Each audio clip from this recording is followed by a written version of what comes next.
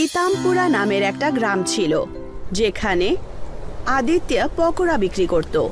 বৃষ্টির সময় ছিল, আর সবাই বৃষ্টিতে আদিত্যর দোকানে পকোড়া খেতে আসতো। একদিন খুব জোরে কিতামপুরে বৃষ্টি চলছিল, আর তক্ষুনি একটা লোক আদিত্যর কাছে যায়। আদিত্য, তাড়াতাড়ি দোকানটা বন্ধ করো, জানো না নাকি এলাকাতে বন্যা আসতে চলেছে? সত্যি? হ্যাঁ ভাই সত্যি, তাড়াতাড়ি কর। আদিত্য নিজের দোকান বন্ধ করে গ্রাম থেকে বাইরে চলে যায়, আর গ্রামে মুষলধারে বৃষ্টি হওয়ার জন্য বন্যা চলে আসে। শুধু মনোজের ক্ষেত ছেড়ে সমস্ত গ্রামবাসীদের ক্ষেত প্রচণ্ডভাবে খারাপ হয়ে যায়। গ্রামে সবাই ক্ষুধার্ত ছিল। এখন আমরা কি খাবো? পুরো গ্রামের ক্ষেত তো বন্যায় খারাপ হয়ে গেছে। আরে কোনো ব্যাপার না, আপনারা সবাই আমার কাছ থেকে সারা মাসের মালপত্র কিনে রাখতে পারেন। শুধুমাত্র আমার জমিতেই তো এই বন্যাতে কোনো ক্ষতি হয়নি। আদিত্য নিজের পকোড়ার দোকান একবার আবার গ্রামে খুলে দেয়, কিন্তু তার কাছে পকোড়া বানানোর সামগ্রী ছিল না। তখন সে মনোজ সবজিওয়ালার কাছে সবজি কিনতে যায়। আরে মনোজ দাদা, 3 কিলো পেঁয়াজ দিও তো। আর কত দাম দিতে হবে তার জন্য? 70 টাকা কিলো পেঁয়াজের দাম চলছে, বুঝতে পেরেছো ভাই? কি 70 টাকা, তাও আবার 1 কিলোর? মনোজ দাদা, এটা কিন্তু ভুল। আপনি জানেন যে এলাকার এখন কি অবস্থা চলছে। আরে মানুষের কাছে পেট ভরার মতন খাবার নেই, আর ওদের জমি একেবারে সবার নষ্ট হয়েছে। আরে পয়সা রোজগার করার সব পথ বন্ধ হয়ে গেছে। এই সময় আপনি মানুষের সাহায্য করার বদলে আপনি এখন লোকজনকে লুট করছেন। আরে আদিত্য, তুমি তোমার নিজের পেটটা দেখো না। আরে তোমার তো নিজের বলে কেউ নেই, তাহলে তুমি অন্য লোকজনের ব্যাপারে এত কেন চিন্তা করছো বলো তো? এটা কিন্তু ভুল, এটা বিশাল বড় ভুল মনোজ। আদিত্য লোকেদের খারাপ হয়ে যাওয়া ক্ষেতগুলো দেখে আর বলে ওঠে, একটা সময় ছিল যখন সব মানুষের রোজগারের একটা ভালো পথ ছিল, তাই না? এখন তো এই সব কিছু জঞ্জাল মনে হচ্ছে। একটা দিন মানুষের সারা বছরের পরিশ্রম জলে চলে গেল। এলাকার অবস্থায় দুর্ভিক্ষ দেখা দিয়েছে, লোকজন অসুস্থ হয়ে পড়ছে, আর আমি আগের মতন কারোর জন্য কিচ্ছু করতে পারছি না। আমি কোনো কাজেরই না।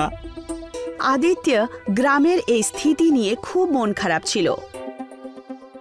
সেই খারাপ ক্ষেতের সামনে একজন মানুষ চমৎকারী রূপ ধারণ করে চলে আসে। আমি হলাম সমুদ্রের বাদশাহ। এই যে বন্যা তোমাদের এলাকাতে এসেছিল, এটা আমার ভুলের জন্যই এসেছিল।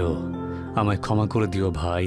বৃষ্টি যখন পরিমাণের থেকে বেশি হতে শুরু হলো, তখন আমি আমার সমুদ্রের জলকে আমার কন্ট্রোলে রাখতে পারিনি, আর সেই জন্যই তো এই এলাকাতে বন্যা এসে গেল।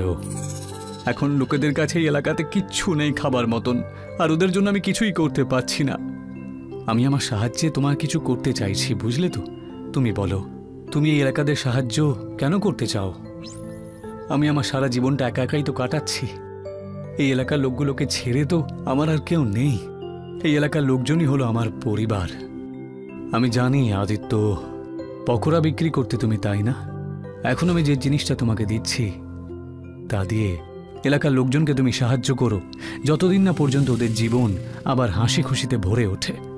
সমুদ্র লোকের রাজা হাত এগিয়ে দেন, আর ওনার হাতে একটা কড়াই চলে আসে, আর রাজা সেই কড়াইটা আদিত্যকে দিয়ে দেয়। এই কড়াইটা নিয়ে আমি কি করব বাদশাহ?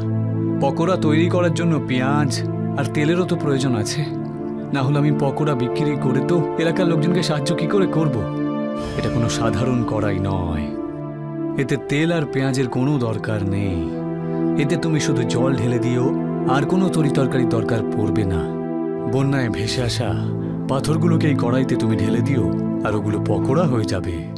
আদিত্য সেই কড়াইটা নিয়ে নিজের বাড়িতে ফিরে আসে, আর কড়াইয়ে জল ঢেলে দেয়, আর তারপর তার মধ্যে পাথর ফেলে দেয়।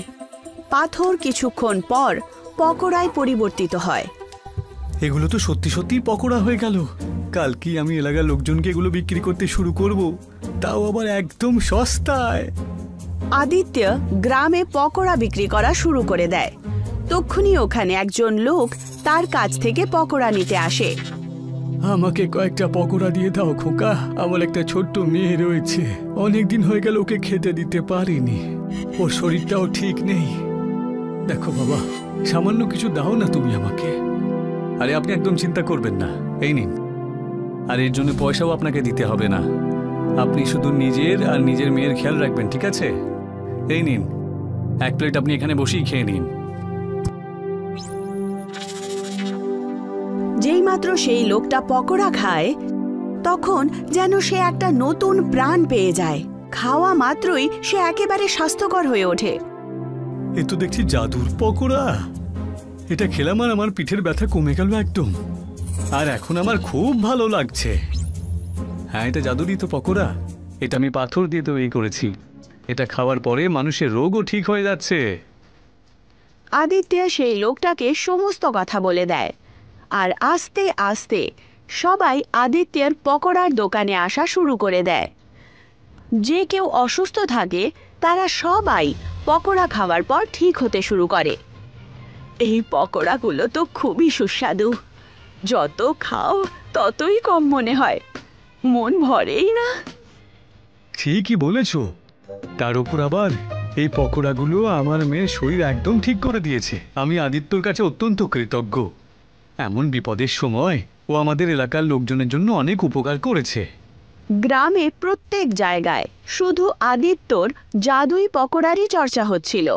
এই সব কিছু দেখে মনোজের একেবারে ভালো লাগছিল না। এখন এদের কি হলো বলো তো? আমার কাছ থেকে তরি তরকারি কেনেই না, সবই আদিত্যর পকোড়ার জন্যই হয়েছে। ভেবেছিলাম নতুন বাড়ি আর বাংলো কিনবো, কিন্তু ওই পকোড়াগুলো আমার প্ল্যান পুরো ভেস্তে দিল। কিছু একটা করতে আমাকে হবে। মনোজ মনে মনে কিছু একটা প্ল্যানিং করতে শুরু করে। তক্ষুনি তার কাছে গ্রামের প্রধান মশাই আসেন। এবার তো তুমি তোমার তরি তরকারি কম দামে বিক্রি করা শুরু করো, না হলে তোমার দোকান কিন্তু ডুবে যাবে বলে রাখলুম। আর কখনো বাইরেও আসতে পারবে না, আর কোনোদিন বড় লোকও হতে পারবে না, বুঝলে? এলাকার অবস্থা সময়ের সাথে সাথে পাল্টে যাচ্ছে কিন্তু। হ্যাঁ, আর ওই আদিত্য দুর্ভিক্ষ পর্যন্ত দূর করে দিয়েছে। আপনি ঠিক কথাই বলছেন প্রধান মশাই, কিন্তু এই জাদুর পকোড়া আদিত্য তৈরি কি করে করছে? সমুদ্রের। এইটুকু বলে ওখান থেকে উনি চলে যান। যখন আদিত্য নিজের দোকান বন্ধ করতে যায় তক্ষুনি ওখানে মনোজ চলে আসে। আদিত্য, আমি একটু আগে দেখলাম সমুদ্রের কিনারায় একটা বাচ্চা ফেঁসে আছে। আমি তো সাঁতার কাটতে জানি না, তুমি ওকে বাঁচিয়ে নাও না। কি? ঠিক আছে, আমি এক্ষুনি যাচ্ছি। সঙ্গে সঙ্গে সমুদ্রের দিকে রওনা দেয়, আর মনোজ নিজে নিজেই বলে ওঠে, এ তো সত্যি সত্যি বোকা হয়ে গেল। হ্যাঁ, এবার আমি ওর দোকান থেকে ওই কড়াইটা চুরি করে নেব, তারপর দেখি ও কি করে বানায় ওই জাদুর পকোড়া। মনোজ কড়াই মাথায় রেখে যেতে শুরু করে। তক্ষুনি একটা বড় আলো সে দেখতে পায়, আর তার মাথা থেকে সেই কড়াইটা নিচে পড়ে যায়। আরে, এটা আবার কিরকম আলো? তক্ষুনি ওখানে সমুদ্রের রাজা প্রকট হন। নিজেকে একটু সামলাও আর দেখতে থাকো আমি তোমায় যা দেখাচ্ছি। একটা বাচ্চা ছিল যেই দামপুরাতেই বাস করতো সবসময়। সে সারা দিন রাত লোকেদের সাহায্য করেই বেড়াতো, বুঝলে? কাকিমা, দাও, আমি এই ভারী মালটা তুলে নিচ্ছি। ওই বুড়িটাকে সাহায্য করতে থাকতো। ওর এই ভারী মালপত্র ওর বাড়িতে পৌঁছে দেয়। ওর কাছে পেট ভরার মতো খাবারও নেই। অনেক দিন পর্যন্ত সমুদ্রের তটেই ও কাটিয়ে দেয়, বুঝলে? কোনো কিছু না খেয়ে। যখন কেউ কথা বলার জন্য কাউকে পায় না, তখন ও কুকুরদের সাথেই কথা বলে, কিন্তু ওই বাচ্চাটা সবসময় হাসতেই থাকে। আজকে তো আমি অনেকগুলো খাবার পেয়ে গেছি, কিন্তু আমি একা খেয়ে আমার পেটটা কেন ভরবো বলো তো? হ্যাঁ, আমি আমার বন্ধুদের সাথে খেয়ে ওদের পেটটাও ভরিয়ে দিই না। মুষলধারে যখন বৃষ্টি হতো ওর বাড়িতে ছাদ পর্যন্ত নেই, কিন্তু আমি ওকে ভেঙে পড়তে দেখিনি। আর যখন কোনো এলাকার লোকজনের সাহায্য করার কথা হতো না, তখন আমি কখনো দেখলাম না ও সাহায্য করতে বারণ করলো।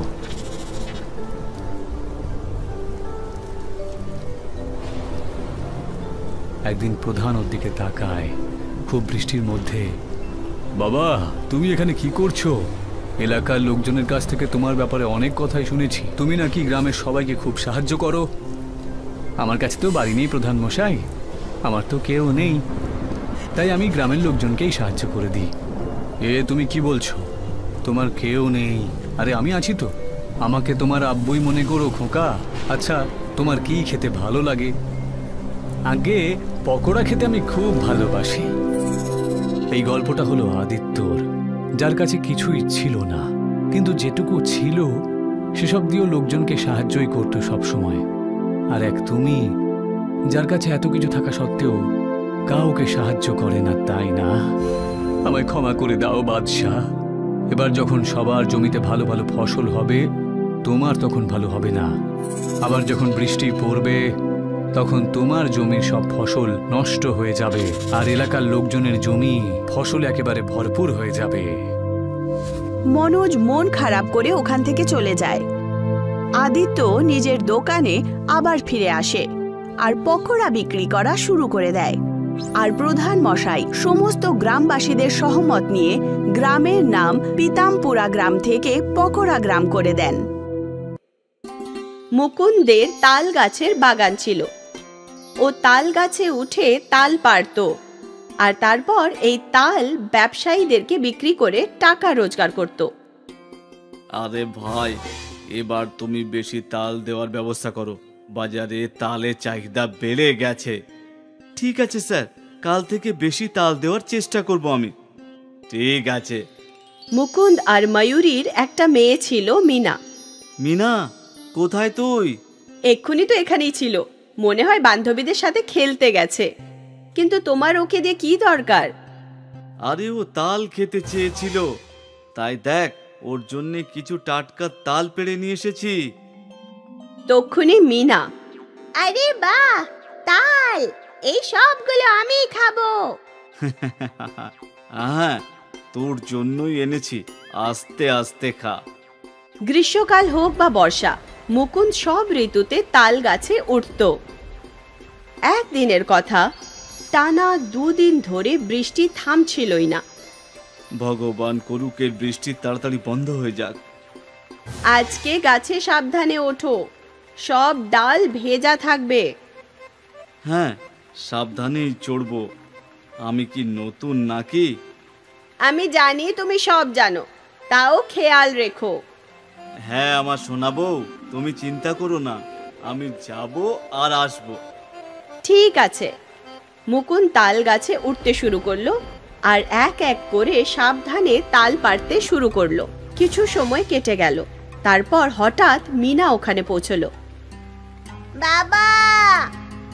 মিনার আওয়াজ শুনে মুকুন্দের ধ্যান সরে গেল আর ও পা পিছলে সোজা মাটিতে পড়ে গেল। বাবা! মিনা সঙ্গে সঙ্গে কিছু গ্রামবাসীকে ডাকলো। সবাই দৌড়ে এলো। কাকা, বাবা পড়ে গেছে। গ্রামবাসীরা দৌড়ে ওখানে পৌঁছলো। মুকুন্দের অপারেশন করা হলো, কিন্তু এবারও আর নিজের পায়ে কোনোদিন দাঁড়াতে পারবে না। এবার কি হবে? এবার আমাদের সংসার কিভাবে চলবে? তুমি চিন্তা করো না, কিছু না কিছু নিশ্চয়ই হবে। ভগবান আমাদেরকে দুঃখ দিয়েছে, তখন উনিই রাস্তা দেখাবেন। কিন্তু কিভাবে? আমি পঙ্গু হয়ে গেছি, এর থেকে তো মৃত্যু হলেই ভালো হতো। এরকম বলো না, তুমিই আমাদের জীবন। ময়ূরী আর মুকুন্দ চিন্তায় ছিল যে ওদের জীবন এরপর কি করে চলবে। কিছুদিন পর মুকুন্দকে বাড়ি আনা হলো। ময়ূরী আর মুকুন্দের জমানো সব টাকা ওর চিকিৎসায় শেষ হয়ে গেছিল। আমি কোথাও কাজ খুঁজবো। তুমি বাইরের কাজ আর ঘরের কাজ একা কি করে সামলাবে? আমি কিছু না কিছু করে নেব। কিছু তো এমন কাজ হবে যেটা আমি এই অবস্থাতেও করতে পারবো। না না, তুমি বিশ্রাম নাও। না ময়ূরী, আমি এইরকম ভাবে তোমার উপর বোঝা হতে পারবো না। কিন্তু এরকম অবস্থায় তুমি কি বা করতে পারবে? কিছু তো একটা করতেই হবে। পরের দিন থেকে ময়ূরী কাজ খুঁজতে শুরু করে দিল। ও অনেক দোকান আর কারখানায় গেল, কিন্তু ও কোথাও কোনো কাজ পেল না। আমি কোনো কাজ তো পাচ্ছি না, ভাবছি কোনো ব্যবসাই শুরু করে দিই। কি রকম ব্যবসা? আমি কি তোমাকে কোনোভাবে সাহায্য করতে পারি? আজকে বাজারে পকোড়ার দোকান দেখেছিলাম, অনেক ভিড় ছিল। আমিও তো ভালো পকোড়া বানাতে পারি, তো আমি যদি পকোড়া বিক্রি করি? করতে তো পারো, কিন্তু সবাইকার ওর দোকানের পাকোড়া খুবই পছন্দ, তাই তোমাকে নতুন কিছু করে পাকোড়া বানাতে হবে। নতুন কিরকম? যেমন চাইনিজ পাকোড়া হয়, যেটা বাচ্চারা খুব পছন্দ করে, ওরকম কিছু একটা। এরকম কিছু। মিনা, তুই বল, তোর আর কি খেতে ভালো লাগে? আমার তো ম্যাগি ভালো লাগে। ম্যাগি পকোড়া কেমন হবে? ম্যাগির পাকোড়া ওরকমটা হয় নাকি? হ্যাঁ, তাও আবার খুব মুচমুচে। যা মিনা, দৌড়ে এক প্যাকেট ম্যাগি নিয়ে আয়। মিনা ম্যাগি কিনতে চলে গেল, আর কিছুক্ষণ পর দুটো ম্যাগির প্যাকেট নিয়ে এলো। ময়ূরী ম্যাগি সেদ্ধ করলো, শুকিয়ে কিছু মশলা মিশিয়ে রেখে কড়াইতে ম্যাগি পকোড়া ভাজতে শুরু করে দিল। মিনা এক দৃষ্টিতে ওর মায়ের হাত দেখছিল। যখনই ম্যাগির পকোড়া ভেজে বাইরে এলো, মিনা ঝট করে একটা পকোড়া তুলে খেতে শুরু করে দিল। আরে আরে, গরম! খুব সুস্বাদু হয়েছে মা। বাহ! মিনা একটা ম্যাগি পকোড়া নিজের বাবাকেও দিল। এটা তো সত্যিই খুব সুস্বাদু। হ্যাঁ, আমি বলেছিলাম না যে এটা খুব সুস্বাদু হয়। এই ম্যাগি পকোড়া কি বাজারে বিক্রি হবে? হ্যাঁ হ্যাঁ, নিশ্চয়ই। এটা তো আগুন লাগিয়ে দেবে। ময়ূরী এটা শুনে খুশি ছিল। কিছুদিন পর ময়ূরী আর মুকুন্দ মিলে বাজারে ম্যাগি পকোড়ার স্টল বসালো। এটা কি আন্টি? ম্যাগি পকোড়া। ম্যাগির পকোড়া? হ্যাঁ। এক প্লেট দাও আমাকে। হ্যাঁ হ্যাঁ, নিশ্চয়ই, নাও। ময়ূরী ওই মেয়েটাকে ম্যাগি পকোড়া দিল। বাহ, খুব সুস্বাদু খেতে। আজ অব্দি এরকম পকোড়া কোথাও খাইনি। ওই মেয়েটাকে দেখে আরো অনেক লোক ময়ূরীর ম্যাগি পকোড়া খেতে এলো। কাকিমা, এটা তো হেভি। মুকুন্দ ম্যাগি পকোড়া ভাজতে ময়ূরীকে সাহায্য করছিল। ও পঙ্গু ছিল। প্রথম দিন ময়ূরী আর মুকুন্দের ভালো রোজগার হয়েছিল। ওরা খুশি মনে বাড়ি ফিরে এলো। ভাবতে পারিনি যে আমাদের এত ভালো রোজগার হবে। এই দুঃখের সময় এটাই একটা সুখের বিষয়। বাবা, তুমি চিন্তা করো না, আমাদের সব দুঃখ কেটে যাবে। তুমিও ঠিক হয়ে যাবে। পুরো পরিবার আশার আলোর প্রভাব পড়ছিল। সবাই একসাথে খেটে চেষ্টা করতে লাগলো। ওদের ম্যাগি পকোড়ার ব্যবসা এগোচ্ছিল। গ্রাহকদেরও ভিড় হতে শুরু হলো, আর আশাপাশি ওদের রোজগারও বেড়ে গেল। ম্যাগি পকোড়া তাড়াতাড়ি বিখ্যাত হয়ে গেল। ওদের রোজগার এত বেড়ে গেল যে মুকুন্দের ভালোর থেকে ভালো চিকিৎসা শুরু হয়ে গেল। এই চিকিৎসায় মনে হয় মুকুন্দ, আপনি হাঁটতেও পারবেন, কিন্তু সেট অফ সার্জারি করতে হবে। এই চিকিৎসায় আপনার শরীর ভালো রেসপন্ডও করছে। এই খবরটা পুরো পরিবারের জন্য আনন্দের ছিল। 6 মাস পর আজ ময়ূরী ম্যাগি পকোড়ার বড় দোকান খুলল, আর এই আনন্দ মুকুন্দ আরও বাড়িয়ে দিল। আজ অল্প সময়ের জন্যই মুকুন্দ দাঁড়াতে শুরু করলো। এটা আশার সেই আলো যাতে বোঝা যায় মুকুন্দ খুব তাড়াতাড়ি নিজের পায়ে দাঁড়িয়ে পড়বে। আর এগুলো সব এদের একটা ম্যাগি পকোড়ার জন্য হয়, আর পরেও এই ম্যাগি পকোড়া বিখ্যাতই থাকবে। নিতুঞ্চি নামের একটা গ্রাম ছিল, যেখানে অনিল নামের একজন ব্যক্তি পকোড়া বিক্রি করত। অনিল নিজের বউ নিশার সাথে থাকত। ঠিক অনিলের পকোড়ার দোকানের সামনেই কুলদীপ নামের এক ব্যক্তি চা আর শহরের প্রসিদ্ধ অন্যান্য বিস্কুট বিক্রি করা শুরু করেছিল। কুলদীপ আর অনিল একে অপরকে হিংসে করত। একদিন কুলদীপ আর অনিল রাস্তায় দেখা হলো। এই যে ভাই অনিল, আরে পকোড়া কেমন বিক্রি হচ্ছে আজকাল? আরে তোমায় আর কি বলি, আরে যবে থেকে তুমি শহর থেকে ওরিও নামের বিস্কুটটা নিয়ে এসেছো না, তবে থেকে সবাই তো চায়ের সাথে শুধু ওই বিস্কুটটাই খেতে চায়। আরে এখন আর আমি তোমায় কি বলি বলো তো, ব্যবসা তো এখন আমারও ভালো চলছে না ঠিকই। তোমার কাছে কখনো বেশি গ্রাহক চলে আসে, আবার কখনো আমার কাছে। একটা কাজ করো না, তোমার পকোড়া বিক্রি করা বন্ধ করে দাও দেখিনি। হ্যাঁ, আরে তুমি এসব কি আজে বাজে কথা বলছো? হ্যাঁ, আমার দোকান তোমার আগে শুরু হয়েছিল তাই না? তুমি তোমার দোকানটা বন্ধ করে দাও না। আমি তো আমার দোকানটা বন্ধ করছি না ভাই, তাহলে আমিও বন্ধ করবো না আমার দোকান। দুজনে একে অপরের সাথে ঝগড়া করে নিজের নিজের দোকানে চলে গেল। আর অন্যদিকে জমিনদারনি নিজের চেলা টিটুকে বলল, টিটু, আমি একটা নতুন ব্যবসা করতে চাই, বলতো আমরা কি করতে পারি? মালকি, আজকাল তো আমি দেখতে পাচ্ছি যে গ্রামে শহরের জিনিসপত্র বেশি বিক্রি হচ্ছে। যেমন কি? যেমন ধরুন, আমি তো শুনেছি যে ম্যাগি নামের কোনো একটা জিনিস খুব ভালো বিক্রি হচ্ছে আমাদের গ্রামে, আর বেশ সুস্বাদুও বটে। যদি এমনটা হয় তাহলে আমরা ম্যাগি বিক্রি করব, তাও আবার সুস্বাদু হয়ে যাওয়ার কেমিক্যাল।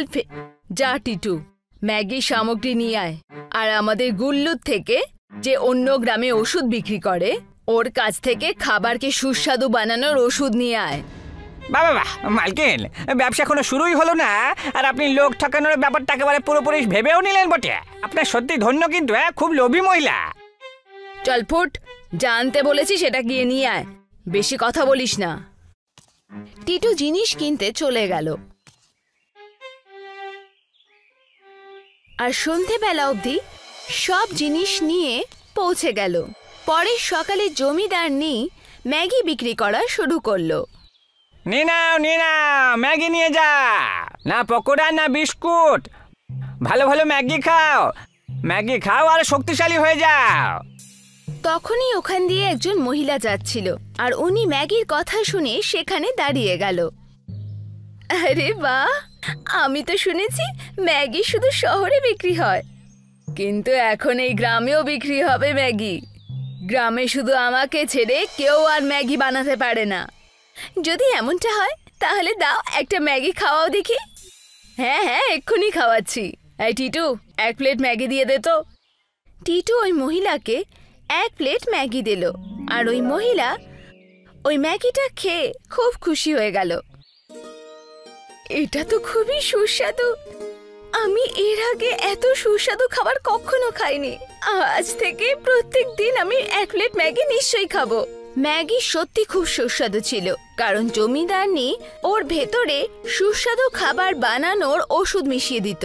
কিন্তু এই ব্যাপারে গ্রামের লোকেরা কিছুই জানতো না। আস্তে আস্তে গ্রামের সব লোকেরা জমিদারনির ম্যাগি ঠেলার দোকানে নিজের নাস্তা আর কখনো কখনো লাঞ্চও এসে করত। অনিল আর কুলদীপের গ্রাহক নাই বরাবর হয়ে গেছিল।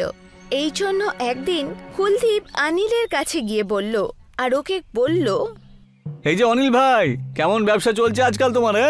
আরে কি আর বলি তোকে, আরে ব্যবসা আমার একেবারেই চলছে না তো। সবাই ওই জমিদারের দোকানে ম্যাগি খাচ্ছে। আরে অনিল ভাই, আমার মনে হয় একবার আমাদের গিয়ে ওই ম্যাগি খেয়ে দেখা উচিত। হ্যাঁ চলো চলো চলো, একবার ওই ম্যাগি খেয়েই আসি তাহলে।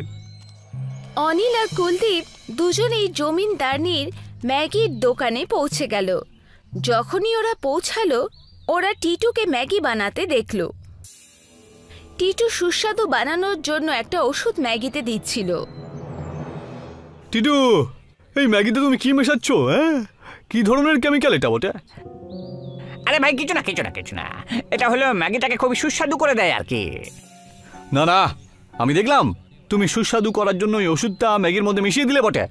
তুমি কি এটাও জানো না নাকি যে এইসব খেয়ে মানুষের রোগ হতে পারে?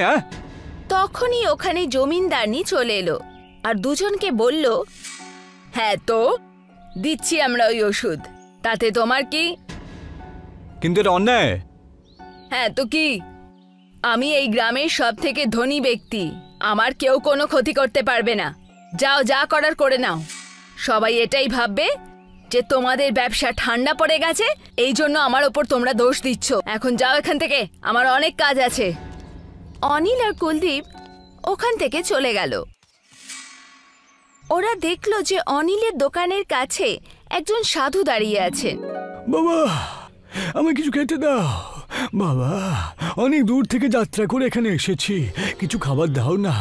দুধ, পকোড়া যা দেবে তাই খাবো। হ্যাঁ হ্যাঁ সাধু মহারাজ, এক্ষুনি আপনার জন্য খাবার জন্য পকোড়া দিচ্ছি। আমিও আপনার জন্য দুধ আর কিছু নিয়ে আসছি। কুলদীপ দুধ আর ওরিও নিয়ে এলো, আর অনিল পকোড়া। অনিল সাধুর পকোড়া আর ওরিও বিস্কিট খেয়ে দুধটা খেয়ে নিল। বাবা, তোমাদের দুজনকে অসংখ্য ধন্যবাদ। কিন্তু আমি দেখলাম যে তোমরা দুজন আমার কাছে এসেছিলে, তখন দুঃখী ছিলে। কি হয়েছে আমাকে বলো না, তোমাদের সাহায্য আমি অবশ্যই করব।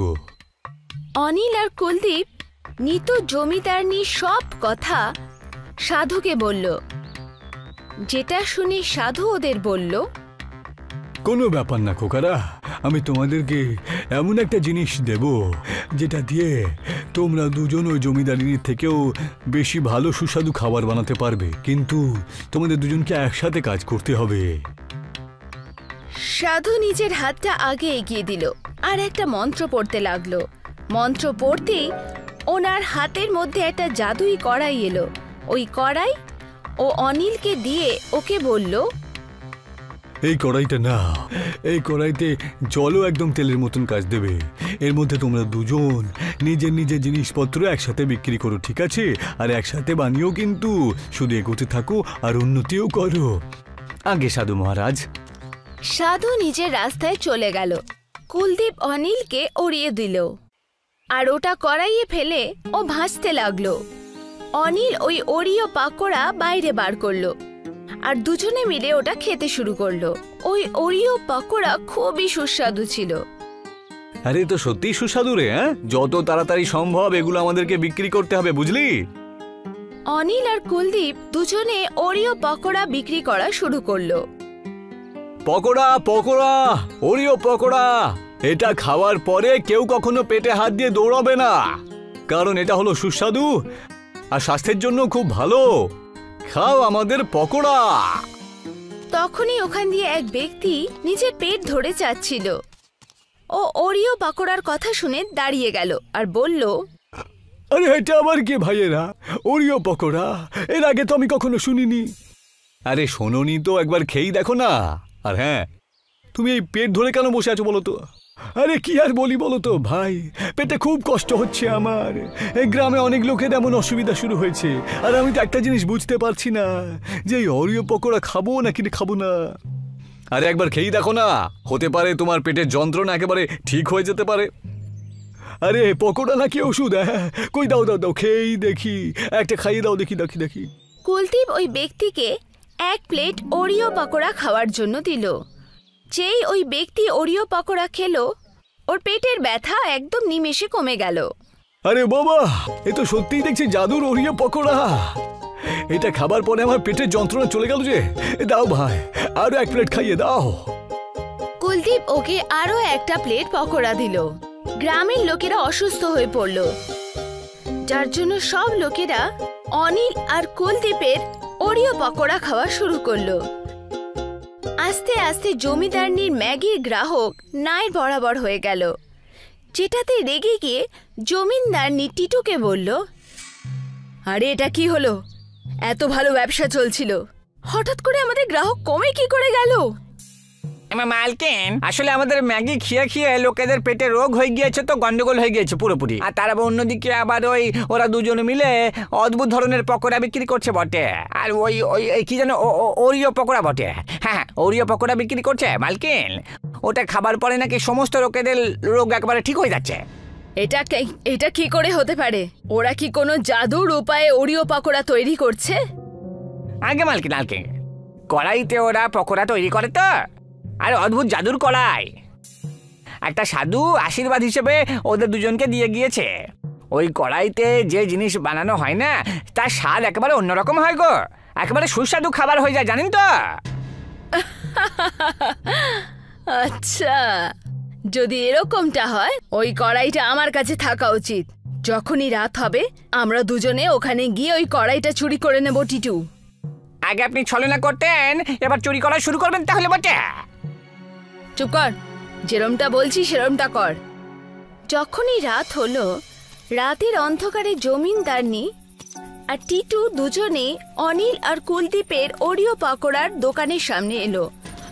ওরা দোকান খুলে ওখান থেকে ওই কড়াইটা খুঁজতে লাগলো। কড়াই পেয়ে গেল। যখনই জমিদারনি আর টিটু কড়াইটা নিয়ে দোকান থেকে বেরোতে লাগলো, তখনই ওরা দেখলো সামনে প্রধান, অনিল, কুলদীপ আর গ্রামবাসীরা সবাই দাঁড়িয়ে আছে। শোনো জমিদারিনী, তুমি যে চুরি করতে সেটা ধরা পড়ে গেছে। প্রধান বাবু, আপনি? হ্যাঁ, আমি। গ্রামের লোকজন যখন বেশি অসুস্থ হয়ে পড়ছিল, তখনই ওই ম্যাগির পরীক্ষা আমি করতে এসেছিলাম।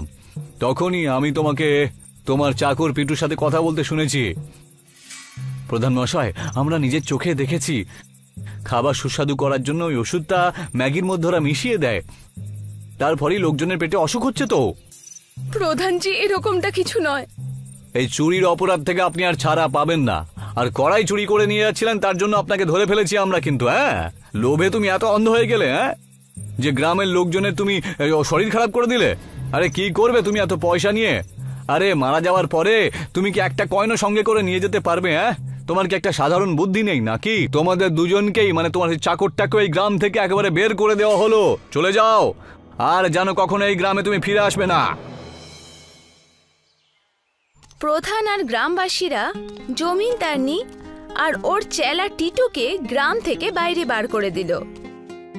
আর অনিল আর কুলদীপের ওরিও পকোড়া পুরো গ্রামে প্রসিদ্ধ হয়ে গেল।